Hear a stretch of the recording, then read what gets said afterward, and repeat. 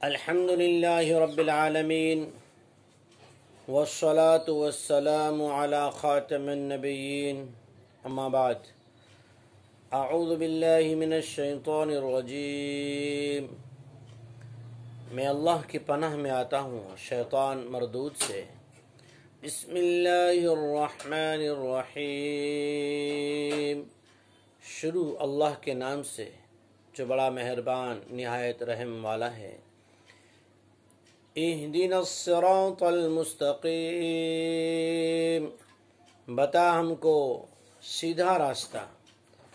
صراط الذین انعمت علیہم، ان لوگوں کا راستہ جن پر تو نے انعام فرمایا۔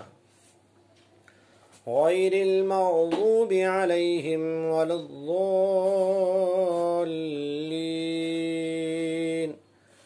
نہ ان لوگوں کا راستہ جن پر تو غصے ہوا اور نہ گمراہوں کا۔ برادران اسلام، اللہ تبارک و تعالیٰ نے دنیا کی انسانیت کو سمجھانے کے لیے دو راستے دنیا کے اندر انسانوں کے سامنے رکھے۔ ایک راستہ وہ تھا جو اللہ تعالیٰ نے پسند کیا، چنا اور سلیکشن کیا۔ اس راستے پر چلنے کا طریقہ سکھانے کے لیے نبیوں کو، رسولوں کو بھیجا۔ ایک راستہ وہ جو اپنی عقل سے، نفسانی خواہشات سے، اپنی سوچ سے اور بغیر ریسرچ کیے ہوئے لوگوں نے اپنی خواہشات سے تیار کیا۔ دونوں راستوں پر چلنے والوں کا انجام اور دونوں راستوں پر چلنے والے کا اینڈ کیا ہوا، اللہ تعالیٰ نے وہ اس سورہ فاتحہ میں بیان فرمایا ہے۔ اور ایمان والوں سے ہی نہیں بلکہ ہر انسان سے یہ مطالبہ کیا گیا، ہر انسان کو یہ بات بتائی گئی کہ اللہ تعالیٰ سے سیدھا راستہ مانگو، اس لیے کہ سیدھے راستے پر چلنے والے اللہ تعالیٰ کی طرف سے دو چیزیں پاتے ہیں، دنیا کے اندر زندگی میں سکون اور کامیابی اور اللہ کی طرف سے انعام، اور آخرت کے اندر اللہ جل شانہ کی رضامندی۔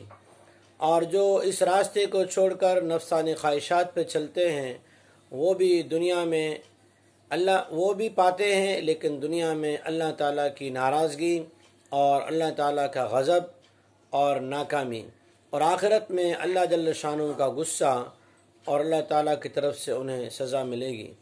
اس لیے سورہ فاتحہ کے اندر اللہ جل شانہ نے ایمان والوں سے ایک بات کا مطالبہ کیا اور ایک بات کے بارے میں اللہ تعالیٰ نے تقاضا رکھا کہ ہر وقت اللہ تعالیٰ سے مانگنے کی جو چیز ہیں وہ ہدایت ہیں، وہ صراط مستقیم کا راستہ ہیں، اور وہ صراط مستقیم ہے، اور جس چیز سے پناہ مانگی جائے وہ گمراہوں کا اور نافرمانوں کا راستہ ہے۔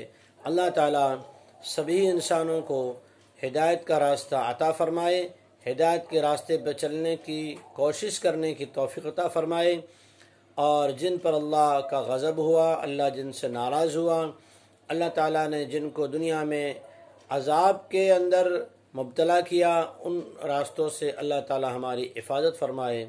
السلام علیکم ورحمۃ اللہ وبرکاتہ۔